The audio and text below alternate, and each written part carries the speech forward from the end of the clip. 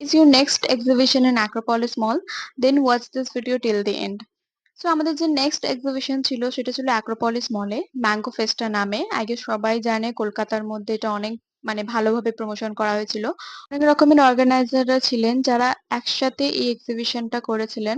নানা রকমের সেলাররা ছিলেন নানা জায়গা থেকে, যাদের আমি প্রথমবার মিট করছিলাম আর যারা নিউ বিজনেস স্টার্ট করেছেন।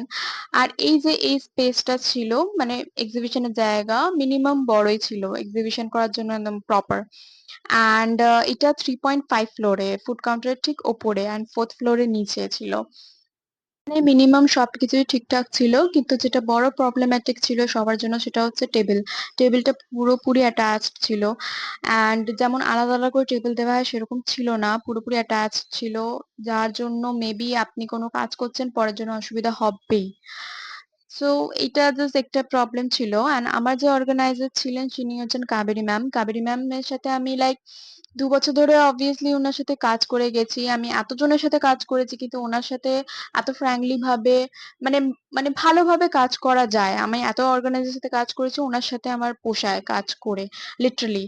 অ্যান্ড মিনিমাম আমার লিস্ট 8-9 জন তো হবে আমি যাদের সাথে কাজ করেছি। তাদের মধ্যে আমি বলবো এনার সাথে আমার লাইক এনার মতো কেউ নেই যার সাথে আমি ফ্র্যাঙ্কলি মিশে বা ওপেন হয়ে আমি ইয়ে করবো। অ্যান্ড ওনাকেই ভরসা করে গেছি আমি, অবভিয়াসলি মানে আপসেট হইনি যতটা আমি ভেবেছিলাম।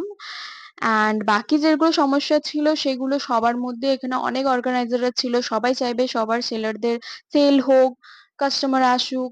অ্যান্ড তো সেটা একটু ছিল। আর বাকি যেটা অ্যাক্রোপলিস মলের